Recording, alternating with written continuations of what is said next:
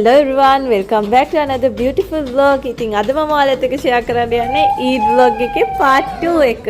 ඉතින් ඔයාලා ගොඩාක් ආසාවෙන් බලාගෙන ඉඳලා ඇති කියලා මම හිතනවා මේ vlog එක බලන්න. එන්න බලමු අද part 2 එකේ මොනවද වෙන්නේ කියලා.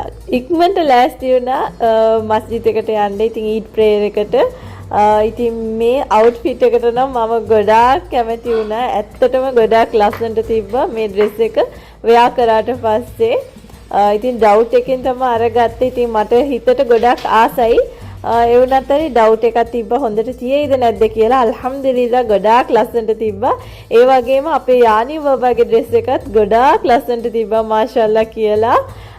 ඉතින් අපි ඉක්මනට යනවා. ප්‍රේයර් එක ස්ටාර්ට් වෙනවා කියලා තිබ්බේ. ඉතින් 5:45ට හරි 5:50ට හරි. ඉතින් ඊට කලින් තමයි මේ අපි හැමෝම වගේ ඉක්මනට යන්නේ. සෞදි අරාබිය ගොඩාක් විශේෂ ඇවිල්ලා නෝම්බි අවුරුද්ද තමයි.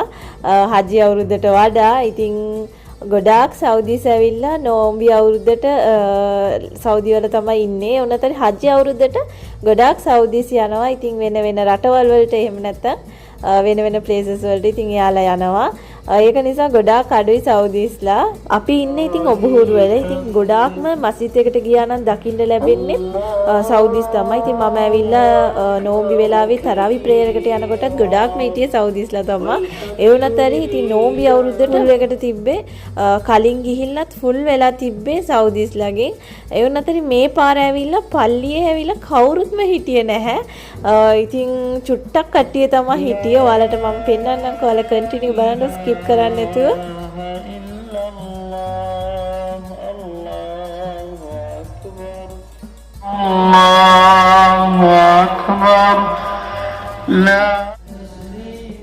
මේ ඊඩ් ප්‍රේයර් එකේ ඉතින් ගොඩාක් එන්ජොයි කරේ අපේ යානි බබා තමයි. ඇයි කියලා බැලුවනම් චූටි ළමයිට මෙහෙ ඇවිල්ලා ගිෆ්ට්ස් පැක් වල දෙනවා. ඒ වුණාද නෝම්බි අවුරුද්දට ගොඩාක් මාෂාල්ලා කියලා යානි බබාට ලැබුණා ගිෆ්ට් පැක්ස් වල. ඉතින් මේ පාරත් ලැබුණා තමයි මාෂාල්ලා කියලා ඔයාලට පේනවා ඇති.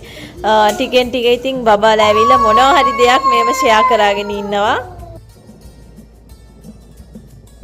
යානි බබත් ගොඩාක් ආසාවෙන් තමයි බලාගෙන හිටියේ. ඉතින් එක එක බබාලා එනකොට ගොඩාක් ආසාවෙන් තමයි යා අරගත්තේ. දුරින් දකින්නකොට දුවලා යනවා. මට හිතනකොටත් පුදුමයි අපේ යානි බබ මෙච්චර ලොකු බබෙක් වුණාද කියලා. ඇයි කියවනම් ඉතින් එයාට කලින් ඇවිල්ලා තේරුන්නේ නැහැ. ගිය අවුරුද්දේ නෝම්බි අවුරුද්දේ හජ්ජි අවුරුද්දේට ඔක්කොම ඒව මොනවත් තේරුන්නේ නැහැ. දැන් මාෂාල්ලා කියලා බෙදෙනකොටම දුවගෙන යනවා. මාෂාල්ලා කියලා ඉතින් ළඟ හිටපු හැමෝම වගේ යානි බබාව බලාගෙන ඉතින් ගොඩාක් ආස වුණා. ඔයාලට පේනවා ඇති යානි බබා ඉතින් කට්ටිය එන්න දුවගෙන යනවා. එයාගේ gift එක ගන්න ඊඩ් gift එක. ඉතින් හස්බන්ඩ්ගේ ෆ්‍රෙන්ඩ්ස්ලා ඔක්කොම එක වගේ ඇඳගත්තේ. ඉතින් තෝප් තමයි එක එක පාට වලින් එයාලා වෙයා කරලා තිබ්බා.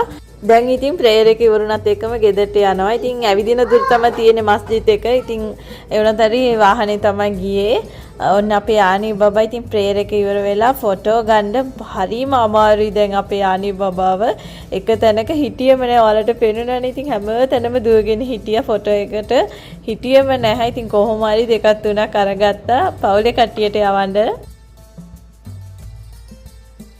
ප්‍රේයර් එක කරලා ඉතින් ගෙදරට ආවත් එක්කම ඉන්වයිට් කරලා තිබ්බ හැම යාළුවෙක් වගේම ඇවිල්ලා හිටියා බ්‍රෙක්ෆාස්ට් එකට.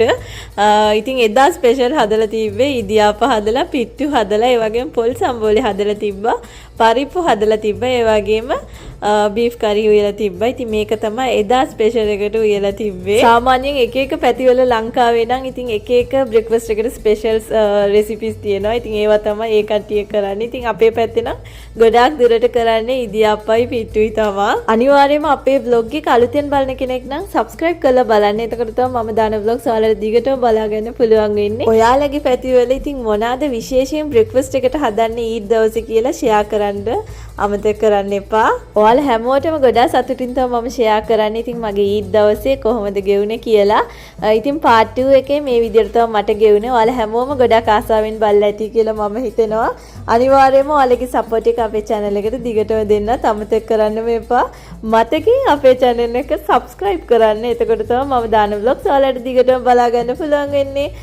නැවතත් ලස්සන vlog එකකින් ඔයාලා හැමෝම හමුවට එනකන් ඔයාලා හැමෝටම සුබ දවසක්. bye.